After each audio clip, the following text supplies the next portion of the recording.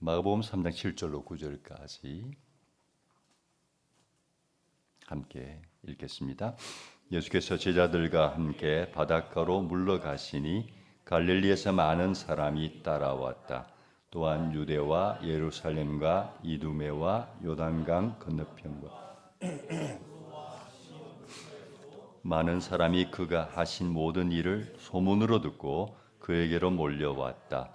예수께서는 무리가 자기에게 밀려드는 혼잡을 피하시려고 제자들에게 분부하여 작은 배 한 척을 마련하게 하셨다. 아멘.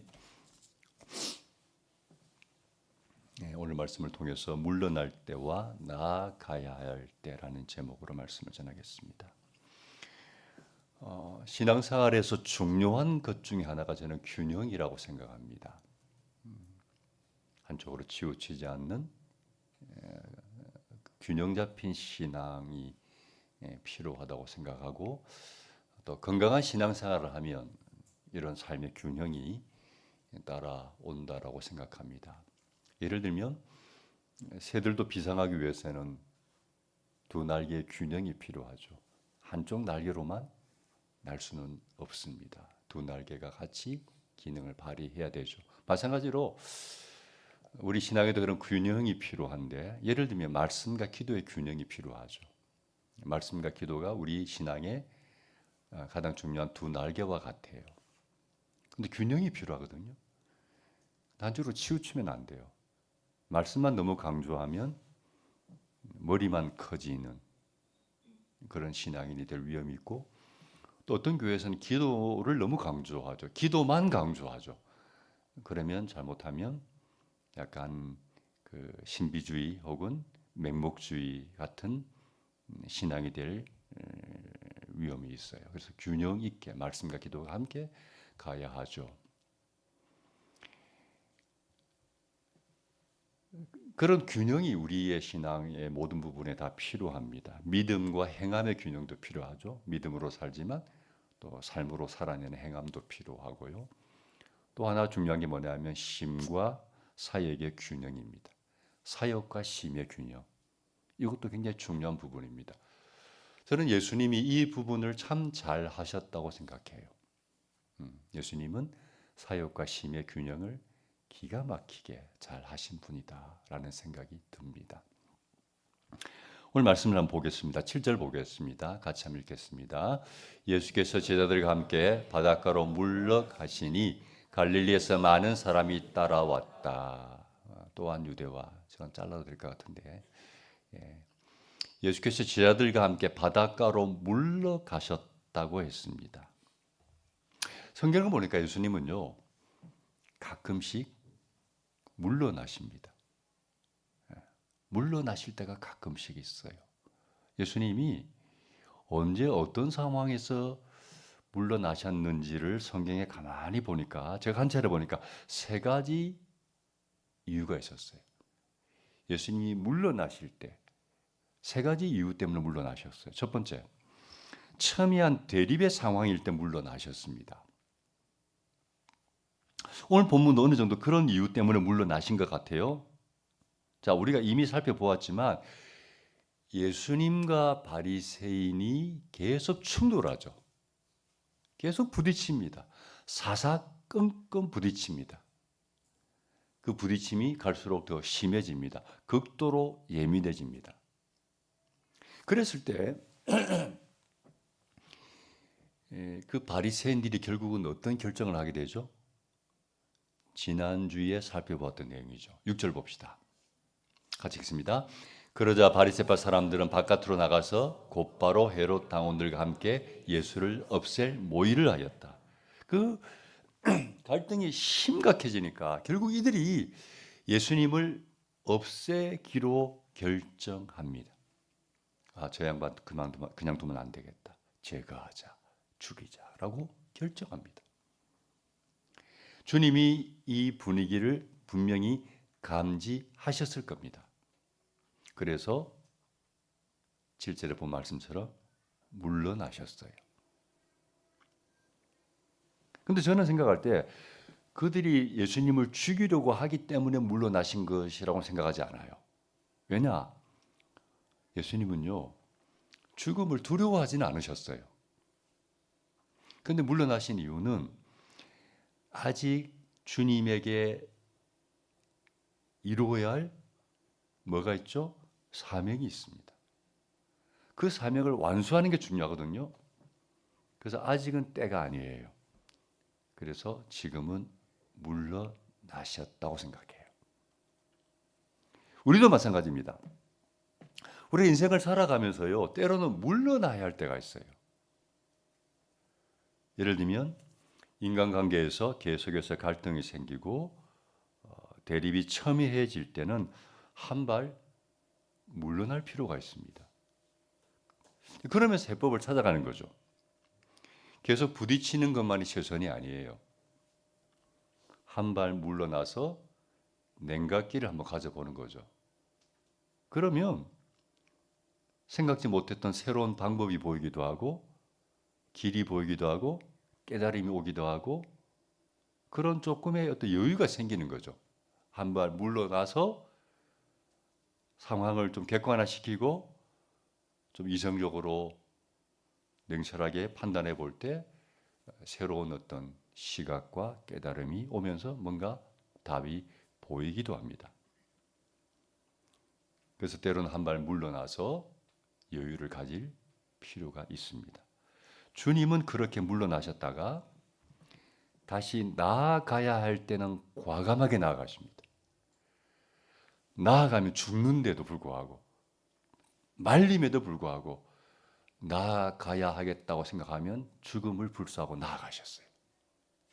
주님은 이런 물러나야 할 때와 나아가야 할 때를 잘 분별하셨어요. 우리에게도 그런 지혜가 필요할 것 같아요. 두 번째, 주님이 언제 물러나셨나? 무리를 가르치기 위해서 때로는 물러나셨어요. 복음서를 보면 주님이 맨투맨으로 사람들을 만나서 교제하고 또는 말씀을 전하시는 경우도 있지만 어떤 경우에는 굉장히 많은 무리들이, 예를 들면 수천 명씩 많은 무리들이 주님을 찾아오기도 했어요.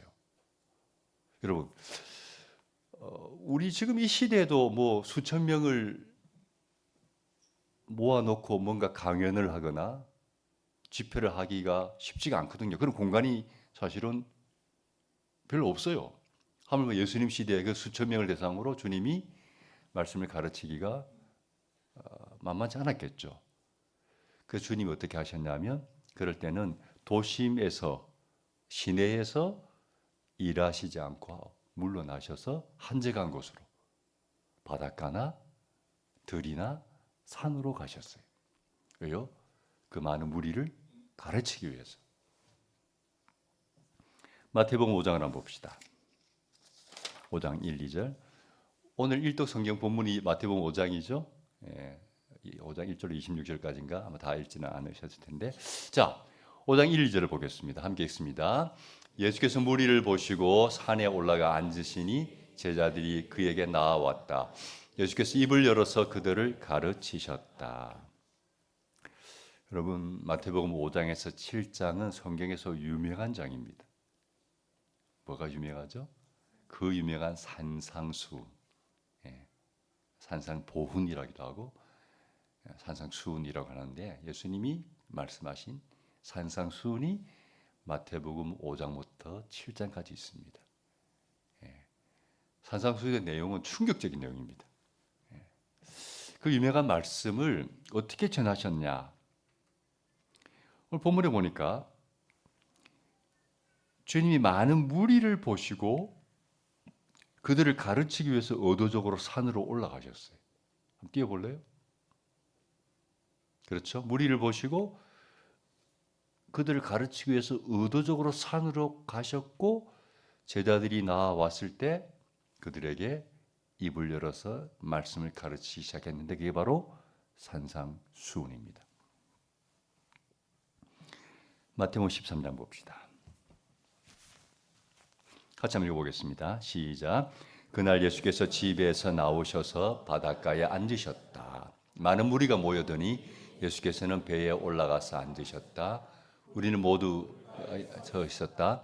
예수께서 그들에게 비유로 여러 가지 일을 말씀하셨다. 그는 이렇게 말씀하셨다. 보아라, 씨를 뿌리는 사람이 씨를 뿌리러 나갔다.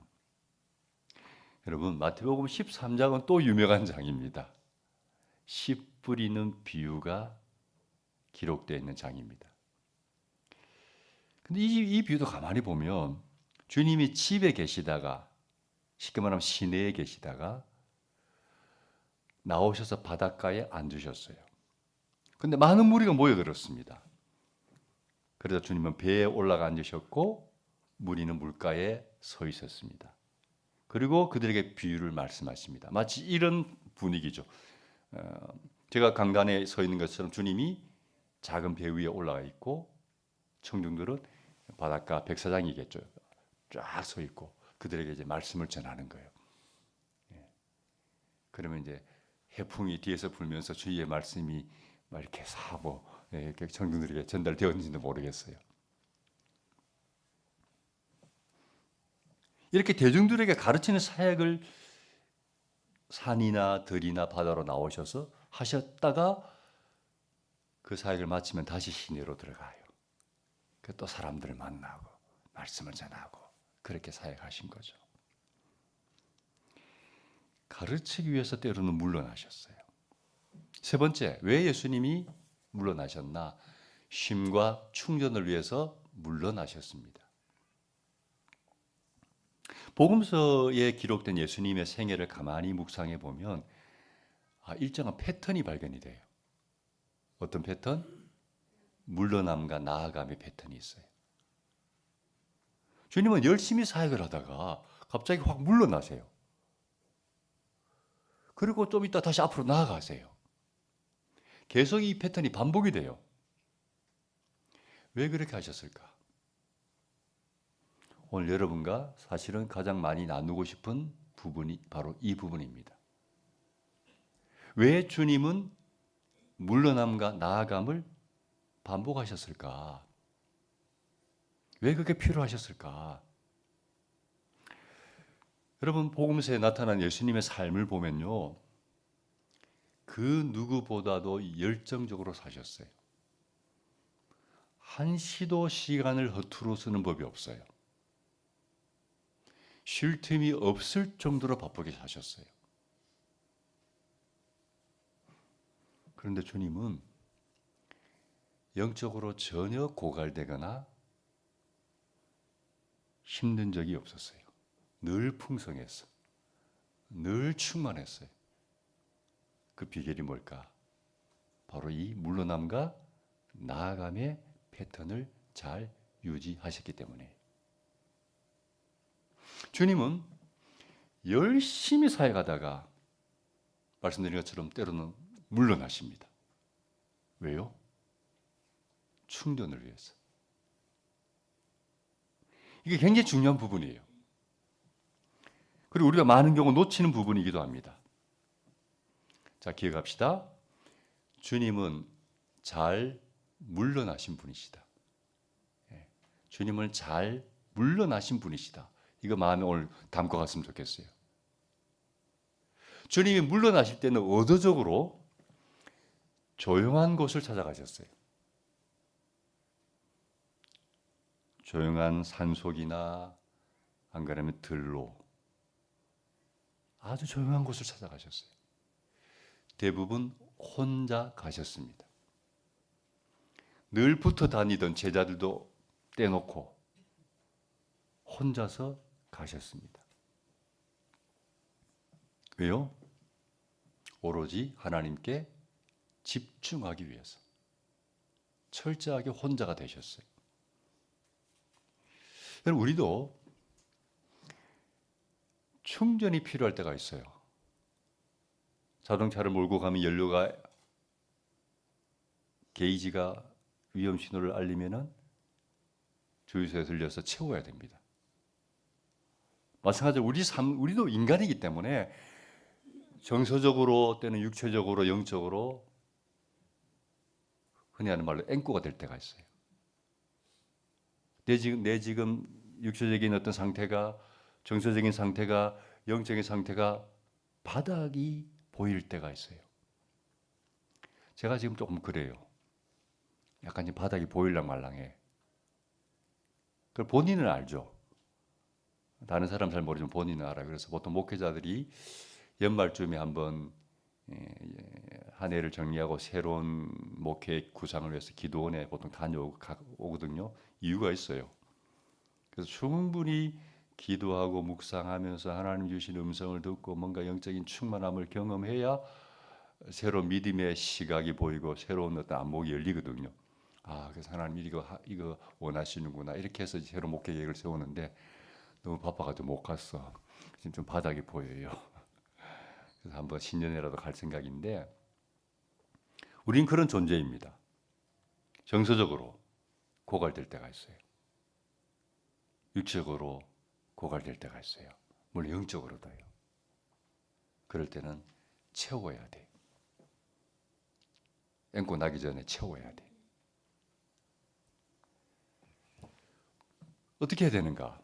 첫 번째, 예수님처럼 방해받지 않는 조용한 시간과 공간을 확보하셔야 됩니다. 누구도 방해하지 못하는 조용한 시간과 공간을 확보하셔야 돼요. 그게 첫 번째 포인트예요. 두 번째는 혼자가 되셔야 됩니다. 철저하게. 단독이 되셔야 돼요. 주님이 이렇게 조용한 시간과 공간을 확보하시면 그때부터 뭐 하시는가? 대부분 깊이 기도하셨습니다. 어느 정도로 깊이 기도하셨을까요? 사역을 하기 위해서 쏟아낸 영적 에너지를 다시 완전히 채울 때까지 충분히 기도하셨어요. 마가복음 1장 봅시다. 34절 35절 같이 읽겠습니다. 그는 온갖 병에 걸린 사람들을 고쳐주시고 많은 귀신을 내쫓으셨다. 예수께서는 귀신들이 말하는 것을 허락지 않으셨다. 그들이 예수가 누구인지를 알았기 때문이다. 이는 새벽에 예수께서 일어나서 외딴 곳으로 나가셔서 거기에서 기도하고 계셨다. 이미 우리가 알고 있는 말씀인데 주님이 지난밤에 어떤 일을 하셨습니까? 수많은 병자들을 고쳐주셨어요. 그리고 많은 귀신을 내쫓으셨어요. 여러분 이런 일들은요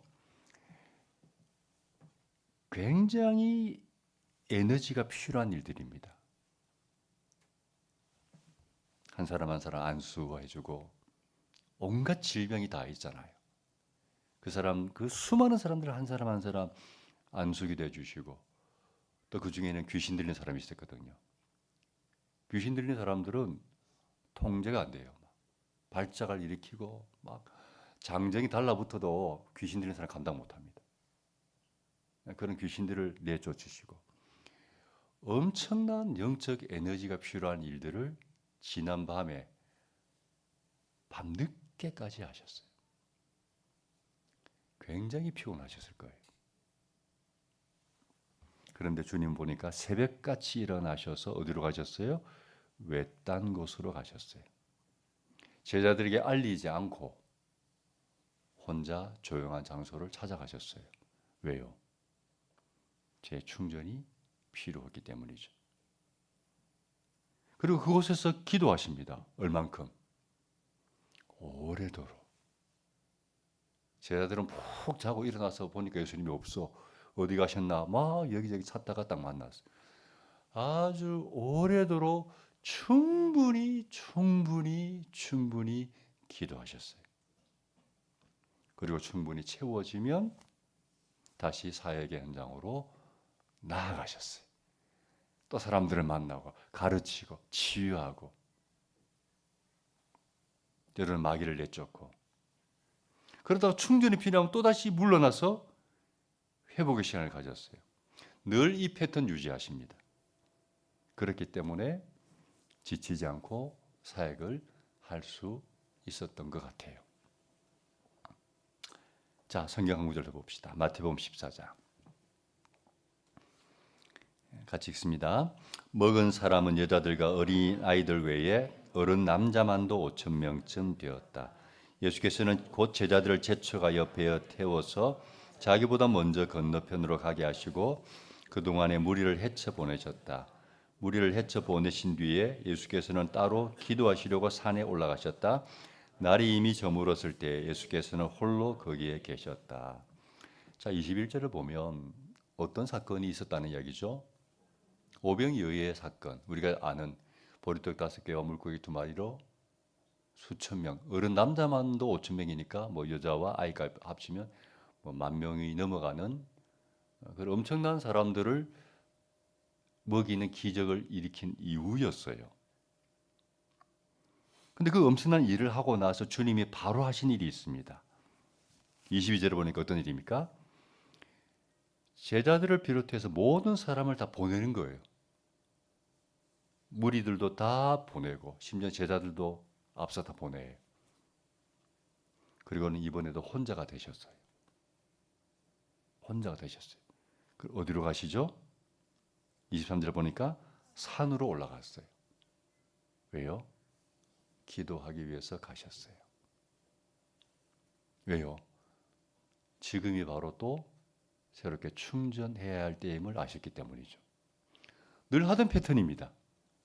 주님은 대부분 큰 사역을 하고 나면 항상 혼자 되시고 조용히 하나님 앞에서 기도와 묵상의 시간을 가지셨어요. 그리고 또 사역하셨어요. 늘 하던 패턴입니다.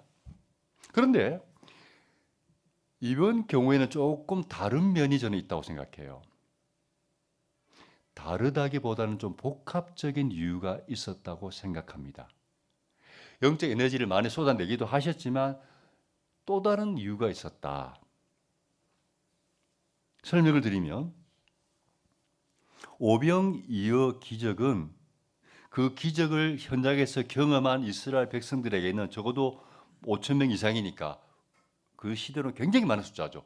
10,000명 이상의 사람들이 그 기적의 현장에 있었는데 그것을 보았던 그 시대 이스라엘 백성들에게는 그 기적이 남다른 의미가 있었다. 어떤 차원에서 남다른 의미였을까? 사람들은 그 예수님의 오병이어 기적을 보면서 예수님에게서 어떤 희망을 본 거예요. 어떤 희망인가? 이분이 자신들의 양식의 문제, 다시 말하면 먹고 사는 문제를 해결해 줄 수 있지 않을까 하는 희망인 거예요. 이분이라면 우리의 먹고 사는 문제를 해결해 줄 수 있지 않을까 하는 희망을 본 거예요. 뭐 때문에? 오병이어 기적을 보고. 보리떡 5개와 물고기 2마리로 수만 명을 먹일 수 있는 능력자라면 이분이 우리의 그 인생 문제, 가장 중요한 먹고 사는 문제를 해결할 수 있지 않을까? 그 희망을 꿈꾼 거예요. 그랬을 때 그들 안에서 어떤 시도가 있었는지 봅시다. 요한복음 6장. 같이 한번 읽겠습니다. 그래서 보리빵 5덩이에서 먹고 남은 부스러기를 모으니 12강주리가 가득 찼다. 사람들은 예수께서 행하신 표징을 보고 이러한 그 예언자이다고 말하였다. 예수께서는 사람들이 와서 억지로 자기를 모셔다가 왕으로 삼으려 간다는 것을 아시고 혼자서 다시 산으로 물러가셨다. 같은 오병이어 기적의 내용이죠. 요한복음이죠. 사람들이 오병이어 기적을 보았을 때 예수님을 억지로 왕으로 삼으려고 했습니다. 왜요? 이분이 왕이 되면 그 기적의 능력으로 우리의 빵의 문제, 먹고 사는 문제, 오늘로 표현하면 경제 문제를 해결해 줄 수 있지 않을까 하는 희망을 본 거예요. 이분이 왕이 되면. 여러분, 우리 국민들이 대통령을 뽑을 때 보통 여론조사 하잖아요. 그러면 대통령에게 제일 기대하는 게 뭡니까 하면 언제나 똑같아요. 넘버원이 뭘까요? 경제 문제 해결할 수 있는 사람이 대통령이 됐으면 좋겠다. 언제나 넘버원은 경제 문제입니다. 이 어려운 경제 문제를 해결해서 우리나라가 좀 잘 먹고 잘 사는 나라, 내가 좀 편안하게 걱정 없이 살 수 있는 나라 만들어주는 사람이 리더가 되면 좋겠다. 항상 첫 번째 문제입니다. 그게 관심사죠, 우리의. 예수님 당시 이스라엘 백성들도 삶이 참 힘들었습니다. 로마의 속국이었거든요.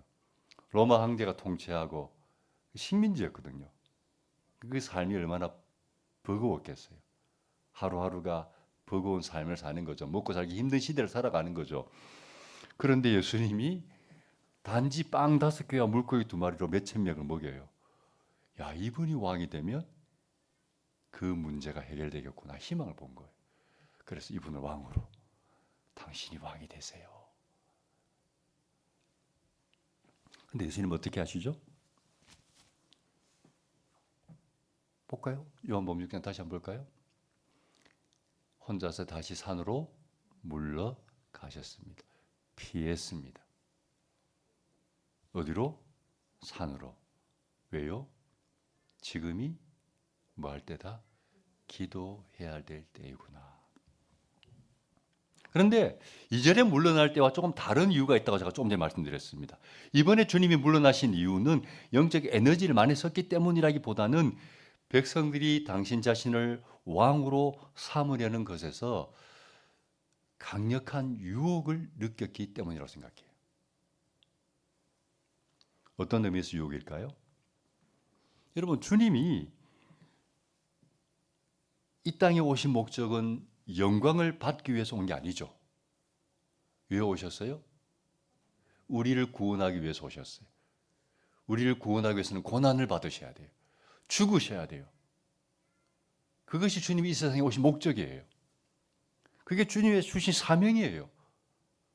한시도 그 사명을 잊어버린 적이 없어요. 그 사명 안에서 지금 뚜벅뚜벅 가고 계신 거예요. 그런데 지금 강력한 유혹이 왔습니다. 어떤 유혹입니까? 왜 그렇게 힘든 길로 가려고 하십니까? 쉬운 길이 있지 않습니까? 편한 길이 있지 않습니까? 우리의 왕이 좀 되어주세요. 우리가 당신을 추앙합니다. 당신 앞에 우리가 열광합니다. 우리를 통치하는 왕이 되어주시고 군림자가 되어주시고 당신의 그 놀라운 능력과 권세로 우리를 통치해 주세요라고 말하는 그들의 그 말은 주님에게는 강력한 유혹으로 느껴지는 거예요.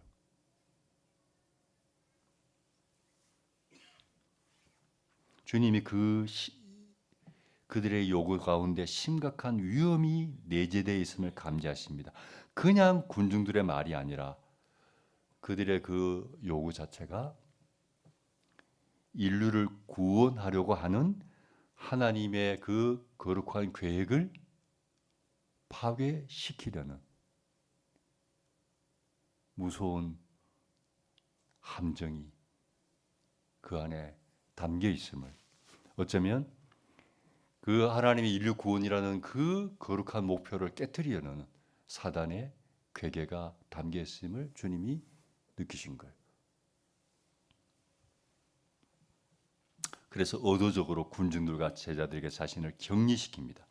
그리고 홀로 산으로 올라가십니다. 하나님과 독대합니다. 그리고 오래도록, 아주 오래도록 특별히 더 기도를 많이 하십니다. 얼만큼 기도하셨을까요? 복음서를 보면 주님이 군중들을 내어 보내시고 제자들을 앞에 보내실 때가 해가 뉘엿뉘엿 질 때였습니다. 해가 진다, 다 집으로 돌아가라 보내셨어요. 그리고 당신 자신은 산으로 올라가셨어요. 그리고 언제 내려오셨을까요? 그 다음 날 새벽에 내려오셨어요. 해가 질 때 올라가셔서 그 다음 날 새벽에 내려오셨어요. 도대체 몇 시간 기도하신 거예요? 이때는 특별히 특별히 더 깊이 기도하셨어요. 그래서 군중들의 그 달콤한 음성이 아마 귀에 맴돌았을 수도 있어요. 이번에 왕이 되세요. 대통령 되세요. 우리의 추앙을 받으세요. 그 군중들의 그 달콤한 목소리가 귀에 맴돌 수도 있어요. 근데 그 오랜 시간 기도하면서 그 소리가 아닌 하나님의 소리를 들으시는 거예요. 하나님 아버지의 뜻을 묵상하는 거예요. 주의 음성에 귀를 기울이는 거예요. 그리고 주님과 깊이 하나님과 교제하시고 다시 한번 하나님 음성을 확인하고, 그렇지, 나의 사명은 이게 아니고 영광의 길이 아니고 고난의 길이고 좁은 길이고 죽음의 길이고 십자가의 길이지. 다시 마음을 정비하시고 채우시고 내려오신 거죠. 이게 주님이 우리에게 보여주신 삶의 모범입니다. 여러분, 우리에게도 이런 분별력이 필요하죠. 성경은 우리에게 말합니다. 우리의 싸움은 혈과 육의 싸움이 아니다. 영적인 싸움이다. 눈에 보이는 현상들, 일어나는 사건들이 전부가 아니라는 거죠. 영적으로 깨어있는 사람들은, 영적으로 분별력이 있는 사람들은, 그런 지각이 있는 분들은 그런 어떤 일어나는 사건, 사고를 통해서도 뭔가 그 이면에 있는 하나님의 메시지를 분별하면서 올바른 영적 분별력을 가지는 거죠. 근데 어떻게 우리가 그럴 수 있어요? 어떻게 그런 분별력을 가질 수가 있죠? 주님과 같이 물러남과 나아감의 균형이 있을 때 그게 가능한 거예요. 그냥 되어지는 게 아니에요. 주님처럼 때로는 과감하게 물러나셔서 오로지 홀로 되셔서 오로지 하나님만 바라보고 독대하고 그분의 음성을 듣고 그분의 뜻을 발견하고 다시 한번 삶의 방향을 조정하고 또 다시 나아가고 가정을 지키고 직장에서 열심히 일하고 교회에서 봉사하고 영혼 구원에 힘쓰고 또 그러다가 다시 어느 순간 내가 뭔가 위태롭구나, 에너지가 고갈되었구나 싶으면 과감하게 물러나서 하나님 앞에 서서 깊이 자신을 돌아보고 기도하고 채우고 다시 나가고, 이런 균형 잡힌 패턴을 가진 사람이 가질 수 있는 것이 바로 그런 분별력이죠. 우리에게도 그런 시간들이 필요한 줄로 믿습니다. 어떻게 해요? 여러분, 과감하게 물러나십시오. 조용한 장소를 찾아가십시오. 방해받지 않는 시간을 확보하십시오. 혼자가 되십시오. 교회도 좋고 아니면 또 다른 공간도 좋고, 중요한 포인트는 방해받지 않는 곳, 혼자가 돼서 주님에게 집중할 수 있는 곳, 그런 시간과 장소를 확보하셔야 돼요. 저 같은 경우에는 이제 조금 더 깊이 기도할 필요가 있을 때는 기도원을 많이 가죠. 목회자들은 기도원이나 수양관으로 가서 한 주간 아니면 적어도 2, 3일 정도 머물면서 그때는 하루 종일 기도하고 성경을 묵상합니다. 성경 묵상하고 또 약간 힘들면 또 기도하고 또 묵상하고 기도하고 하루 종일 그렇게 2, 3일 혹은 한 주간을 보내면 뭐랄까요? 평소에는 느끼지 못했던 그런 은혜들이 있어요. 평소에는 듣지 못했던 하나님의 음성을 듣게 돼요. 평소에는 깨닫지 못했던 새로운 깨달음이 보여요. 평소에는 보지 못했던 새로운 통찰력이 생겨요. 그리고 평소에는 받지 못한 새로운 은혜가 오기도 하고 새롭게 경험되는 어떤 그런 영적 은사들이 경험되기도 하고 영적인 경험을 또 하게 되죠. 그러면 그 은혜로 때로는 6개월을 달려가고 때로는 그 은혜로 한 해를 달려가기도 해요. 그건 처음의 시간이 있기 때문에. 많은 그리스도인들이 이걸 하지 못하기 때문에 하나님을 믿으면서도 지쳐요. 하나님을 믿는 사람인데 지쳐요. 낙심해요. 불안해하고 염려하고 버거워하고. 하나님 믿으면서도 그렇게 돼요. 주님의 본을 따르는 우리 모두가 되기를 소망합니다. 예. 주님도 그러하셨어요. 하물며 우리가 진학한 존재가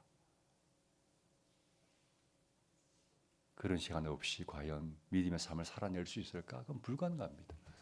그냥 악으로 깡으로 버티는 거지. 예. 그렇게 살면 안 되거든요. 여러분, 한 해가 시작되었습니다. 올 한 해 다시 한번 부탁드립니다. 여러분의 힘만으로는 절대 살아내지 못합니다. 버틸 수는 있겠죠. 악으로 깡으로 그냥 막. 근데 그게 그리스도의 삶은 아니죠. 하나님의 자녀답게 주님 주신 은혜로 늘 마음을 채우고 그 은혜로 달려가고 섬기고 봉사하고 열매 맺고, 그게 그리스도인들 아니겠습니까? 그러기 위해서 뭐가 필요합니까? 물러남과 나아감이 필요합니다. 적절한 균형. 물러남은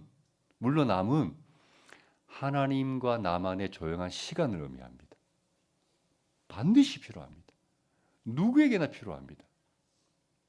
그래서 저는 기도할 때 가능하면 옆에 누가 앉지 마라 그래요.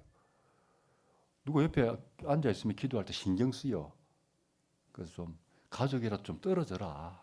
기도할 때는.